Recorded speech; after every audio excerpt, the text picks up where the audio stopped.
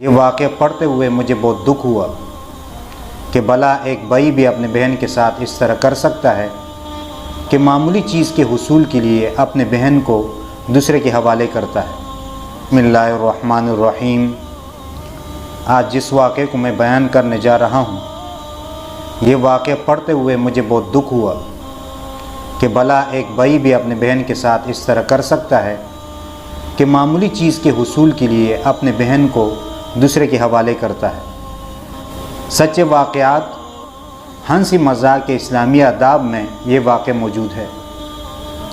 واقعہ کچھ یوں ہے، ایک لڑکا کہتا ہے کہ گھر میں بڑا تھا، باقی چھوٹے بھائی تھے اور مجھ سے ایک بڑی بہن تھی 1 سال بڑی، اور میرے والدین تھے۔ میرے دوستوں کے ساتھ ادھر ادھر تعلقات ہو گئے اور میں ان کے ساتھ بیٹھتا رہا،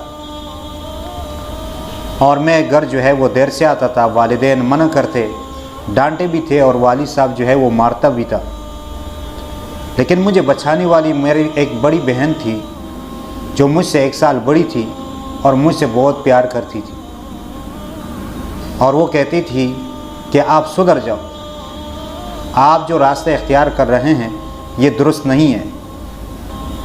ہمارے گھر کے قریب ایک بلڈنگ میں ہمارا ایک دوست رہتا تھا۔ اس نے ہم سب دوستوں کو فلم بینی کے لیے بلایا تو ہم چلے گئے، اور وہاں رات کے 11 بجے تک ہم فلم دیکھتے رہے۔ پھر ایک ساتھی ہم میں سے اٹھا اور 6 لانے کے لیے گیا۔ جب وہ 6 لایا تو اس میں کوئی چیز ملا دی اس نے، نشاور چیز۔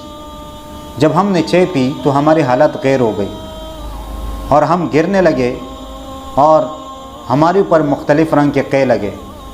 پھر جب ہم کچھ بہتر ہونے لگے تو ہم نے اس کو اس فعل پر ڈانٹا کہ آپ نے یہ کیا کیا۔ اس نے کہا یہ مذاق تھا۔ پھر ہم نے کپڑے وغیرہ صاف کر کے گھر کی طرف آنے لگے۔ جب گھر پہنچے تو سب سو چکے تھے سوائے میرے بہن کے۔ وہ جاگ رہی تھی۔ جب میں گھر آیا تو وہ مجھے ڈانٹنے لگی اور سمجھانے لگی، لیکن یہ سلسلہ چلتا رہا۔ جب ہماری دوسری میٹنگ ہوئی، ہم نے کہا کہ وہ چیز دوبارہ ہو جائے، وہ مذاق دوبارہ ہو جائے تو بہتر ہوگا۔ تو ساتھیوں نے بتایا کہ یہ تو ایک بندے کے لیے لانا مشکل ہے، لہٰذا سب جو ہے وہ پیسے جمع کرے، اکٹھے جو ہے وہ لائیں گے۔ ہم نے پیسے جمع کیے اور وہ چیز لائی گئی۔ جب ہم نے استعمال کی تو ہم نے مشورہ کیا کہ ہر 2 ہفتے کے بعد سب اکٹھے ہوں گے اور اس چیز سے لطف اندوز ہوں گے۔ پھر اسی طرح یہ سلسلہ چلتا رہا اور ہم جو ہے وہ آگے بڑھتے رہے۔ پھر ایسی حالت آئی کہ ہم 2 دن سے بھی زیادہ صبر نہیں کر سکتے تھے۔ پھر ہمیں مشورہ دیا گیا کہ اس سے علاوہ اور چیز بھی ہے جو کہ کافی ٹائم جو ہے وہ آپ کو سکون دے سکتی ہے۔ تو ہم اس چیز میں مبتلا ہو گئے اور ہم نے اپنے والدین کا سرمایہ اور پیسے جو ہے وہ ضائع کرنے لگے۔ پھر ایک دن جب میں گھر آیا تو میری بہن جو ہے وہ اس کو شک پڑ گیا کہ بھائی جو ہے وہ کسی اور کام میں ملوث ہو چکے ہیں۔ وہ مجھے سمجھانے لگی اور دمکانے لگی کہ اگر آپ نے مجھے نہیں بتایا تو میں آپ کو رسوا کر دوں گی۔ ہم اس کے ڈر سے اور والدین کے ڈر سے میں نے اپنے دوستوں سے اس کا مشورہ کیا، تو دوستوں نے کہا کہ آپ کی جو بہن ہے ایسا کرتے ہیں کہ آپ کی بہن کو اپنے گروپ میں شامل کرتے ہیں اور آپ جو ہے وہ کیپسول لے جائیں، یہ نشاور چیز، اور اس کو پلا دیں، یہ ہمارے ہاتھ میں آ جائے گی۔ تو اس نے کیا کہ وہ کیپسول لایا گھر۔ جب میں گھر آیا تو بہن کہنے لگی کہ آپ مجھے بتائیں کہ آپ کس کام میں ملوث ہو چکے ہیں تاکہ میں آپ کے مشکل کو آسان کر دوں۔ میں نے بہن کو 6 کے لیے بولا، وہ 6 لینے گئی، وہ 6 لائی۔ پھر میں نے ان کو پانی کے لیے بھیجا اور وہ کیپسول میں نے اس کے کپ میں ڈال دیا۔ جب وہ واپس آئی تو مجھے رونا بھی آیا تھا کہ میں اپنی بہن کے ساتھ کیا حرکت کرنے والا ہوں اور اس کو کس گن اور نجاست میں گرانے والا ہوں۔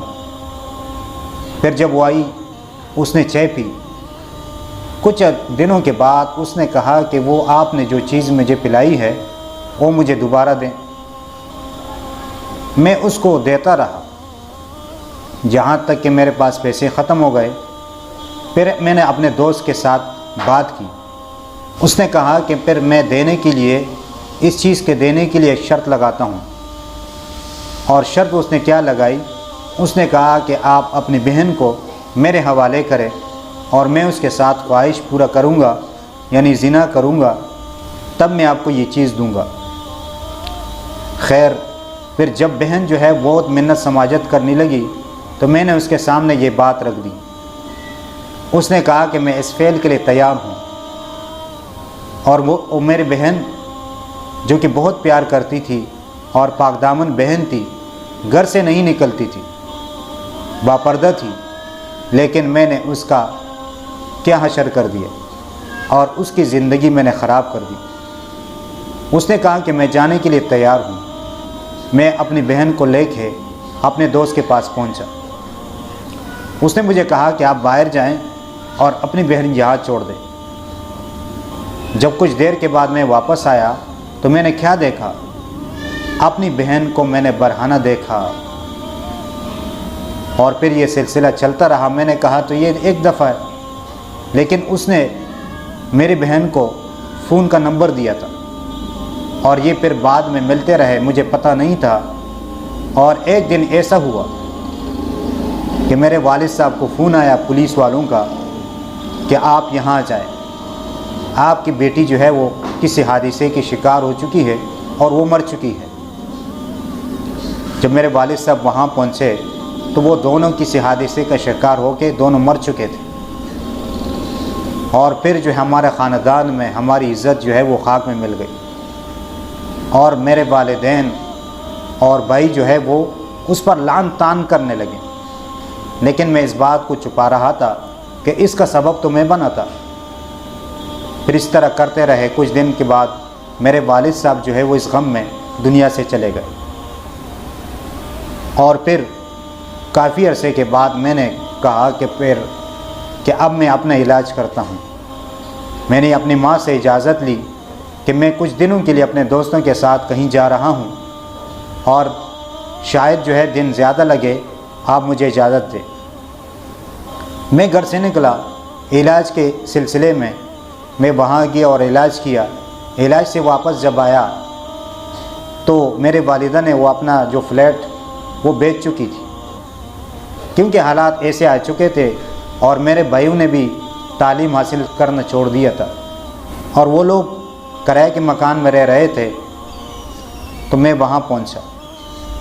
اب جو ہے سب جو ہے وہ میرے بہن پر لعن طعن کرتے ہیں اور اس کے لیے بد دعا کرتے ہیں، لیکن میں اکیلا اس کے لیے مغفرت کی دعا کرتا ہوں اور اپنے فعل پر نادم ہوں۔ لیکن اب کیا کر سکتا ہوں؟ جو ہونا تھا وہ ہو گیا۔ تو اب دیکھیں کہ کس طرح اس نے اپنے گھر کو اجاڑ دیا۔ تو اس لیے والدین کو بھی چاہیے کہ اپنے بچوں کے مجلس پر نظر رکھیں۔ ہمارے بچے جو ہے وہ کس کے ساتھ اٹھتے بیٹھتے ہیں، تاکہ کل اس طرح مسئلے کا شکار کوئی نہ ہو۔ اب دیکھیں کہ کس طرح بھائی نے اپنے بہن کے ساتھ کیا۔ کیا بھلا کوئی اس طرح بھائی اپنے بہن کے ساتھ کر سکتا ہے کہ ایک معمولی چیز کے حصول کے لیے اس نے اپنی بہن کو غیر کے حوالے کیا، اور پھر اس کا حشر کیا ہوا، نتیجہ کیا ہوا، وہ آپ کے سامنے ہے۔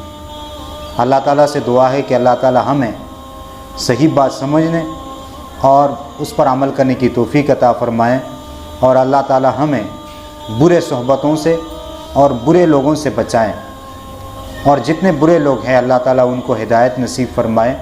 وما علینا الا البلاغ المبین۔